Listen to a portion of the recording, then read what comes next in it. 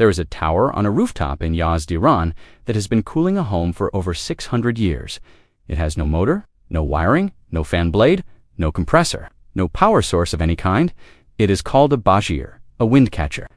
It catches moving air at the top, funnels it down through a narrow shaft, passes it over underground water, and delivers air 15 degrees Celsius cooler than outside directly into the living space below.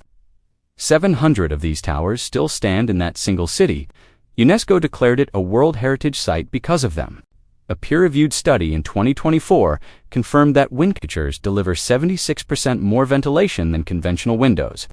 Your powered attic fan uses 250 watts and costs you $45 a month to do less than what this tower does for free. The global HVAC industry is $525 billion. The electric fan market is $12 billion. Both exist because modern building codes banned the one design that made them unnecessary 3,000 years after it was perfected. This video will show you exactly how this tower works, exactly why it was removed from every modern building standard, and exactly how people are beginning to bring it back. Every number you hear comes from a published study, a government agency, or a peer-reviewed journal. Nothing in this video is speculation. The wind catcher is one of the oldest engineered cooling systems in human history. The earliest evidence dates to roughly 1300 BC in ancient Egypt, where a device called a malkouf, a triangular scoop mounted on a rooftop, was used to catch prevailing winds and direct them into the rooms below. Drawings of these scoops have been found on the walls of pharaonic houses more than 3,300 years old. From Egypt, the concept migrated eastward. By the medieval period, Persian architects had refined the design into the structure the world now recognizes the bajir. The word itself means wind catcher in Persian. Bajirs became standard architecture across the hot, arid regions of Iran, particularly in the desert cities of Yaz-Kerman and Isfahan. The tallest surviving bajir stands in the Dawlatabad Garden in Yazdet, 33.8 meters over 108 feet, and it still functions today. To understand why this tower works, you need to understand two principles of physics that cost nothing and never stop operating. The first is the stack effect. Hot air is less dense than cool air, so it rises. Inside a building in a hot climate, the air near the ceiling is the hottest air in the structure. If you give that hot air a vertical escape route, a tall shaft open at the top, it will rise and exit through the shaft naturally. As it exits, it creates a zone of lower pressure inside the building, which pulls cooler air in from ground-level openings. This is the same principle that makes a chimney draw smoke upward. The taller the shaft, the stronger the draw. A wind catcher tower built 5, 10, or 30 meters tall creates a powerful upward draft that continuously pulls hot air out of the living space below without any mechanical assistance. The second principle is the Bernoulli effect. When wind blows across the top of a wind catcher tower, it accelerates as it passes over and around the openings. Faster moving air has lower pressure. This is Bernoulli's principle, the same physics that allows an airplane wing to generate lift. The low-pressure zone created by wind moving across the tower openings generates suction that actively pulls air upward through the shaft. This means the wind catcher works even when there is no temperature difference between inside and outside, as long as there is any wind at all. The tower generates airflow.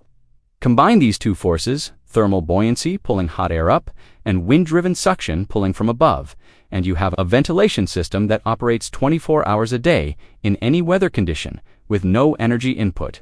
But the Persians did not stop at ventilation. They combined the wind catcher with a second ancient system called the qanat.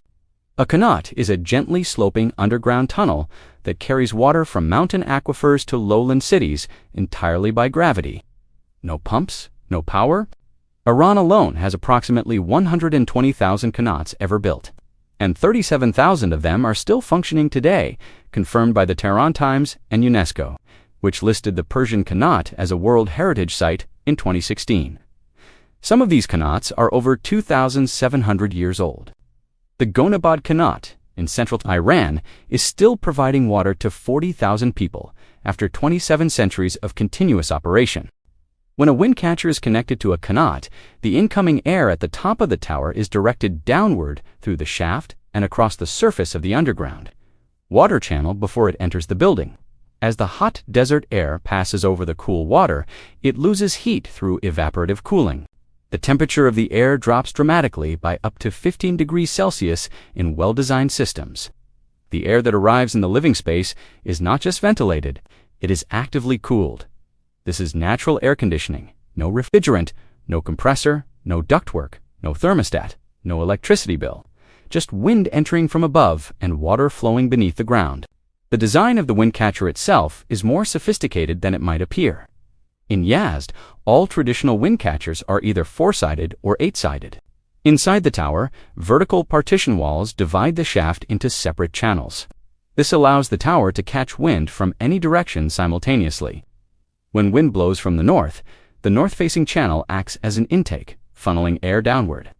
At the same time, the south-facing channel acts as an exhaust, allowing the warmer interior air to rise and escape. The internal partitions prevent the incoming and outgoing air streams from mixing.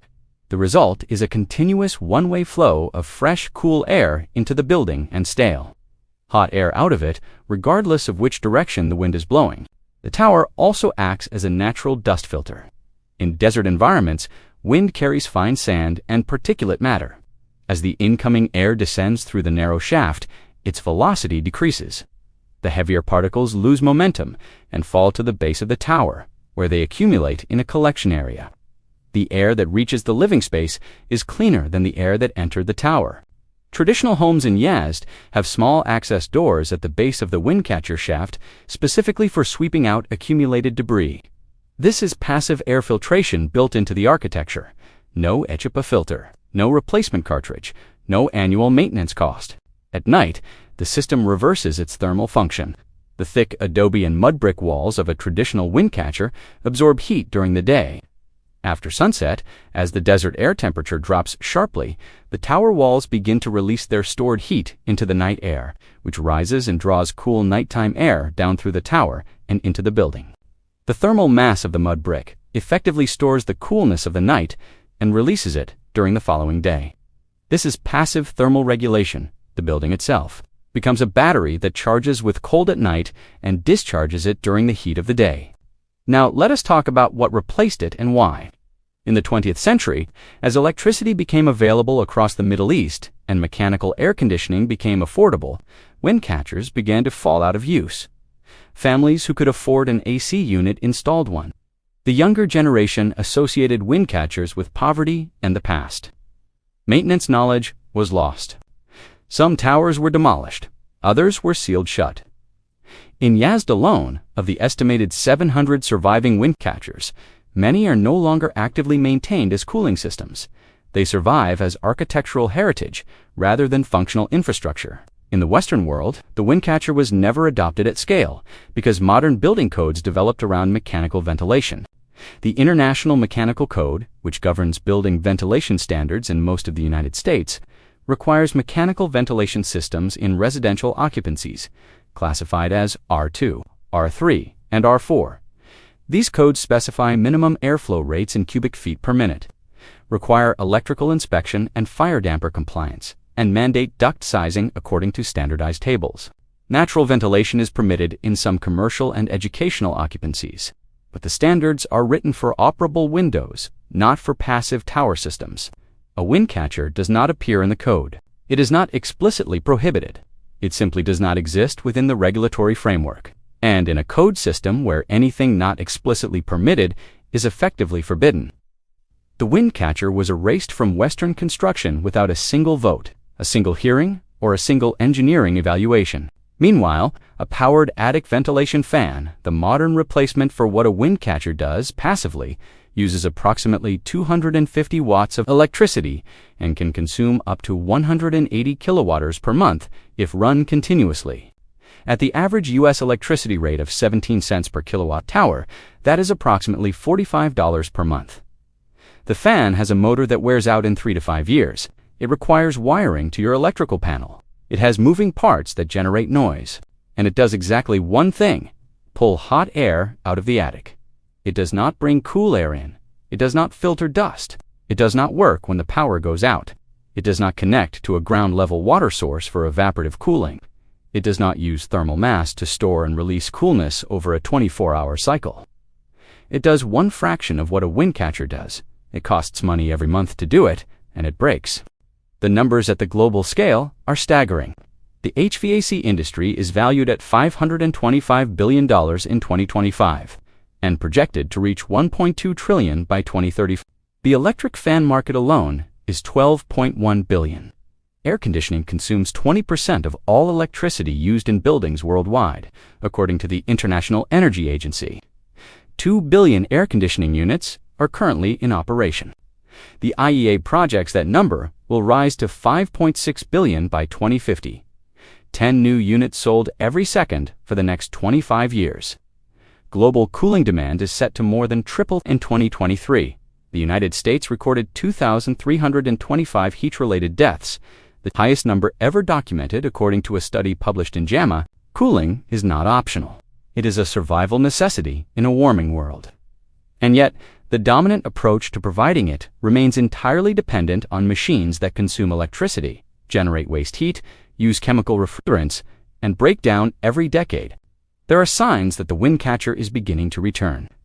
In the United Kingdom, a company called Monadrot has been manufacturing modern wind catcher systems for over 2 decades. Their products are installed in schools, hospitals, office buildings, and care homes across the country. The systems are based on the same principles as the Persian Bajir.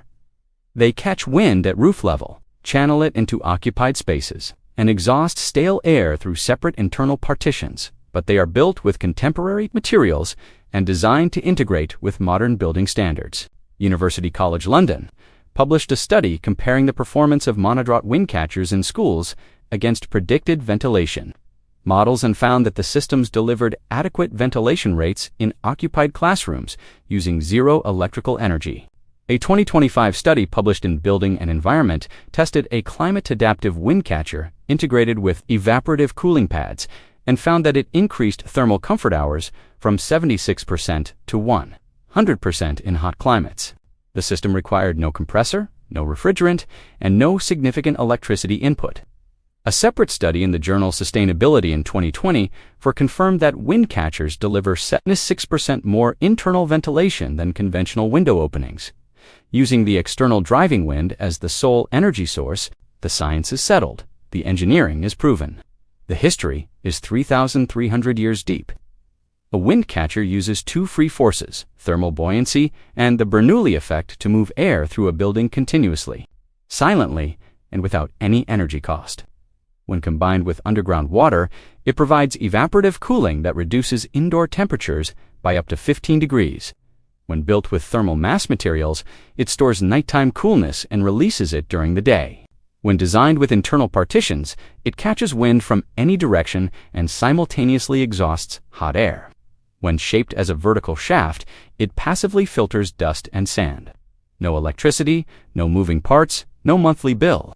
No maintenance beyond sweeping dust from the base. 700 of these towers still stand in Yazd. The tallest rises 33 meters at Daulabad Garden. UNESCO recognized the city as a World Heritage Site in 2017, describing it as a living testimony to the intelligent use of limited available resources for survival in the desert. Beneath those same streets, 37,000 qanats still carry water across Iran without a single pump. Above those streets, the towers catch the wind. Below those streets, the water flows in silence. Between them, the air is cooled, filtered, and delivered to every room in the house, in a desert where summer temperatures exceed 48 degrees Celsius and has been for longer than most modern nations have existed. The global HVAC industry is $525 billion. It is projected to more than double within a decade. It depends on electricity that accelerates climate change, which increases temperatures, which increases the demand for more air conditioning. A feedback loop that the IEA has warned could become one of the most critical energy crises of the century. And above a rooftop in Yazd, a 600-year-old tower made of mud brick continues to cool a home for free, using nothing but the wind and the earth. The tower is not the thing that was banned. The tower is the thing that was forgotten. And forgetting it is costing us $525 billion a year. 20% of all building electricity on the planet, and 2,300 lives in a single country in a single summer. The Persians solved this 3,000 years ago with mud, brick, wind, and water. We unsolved it.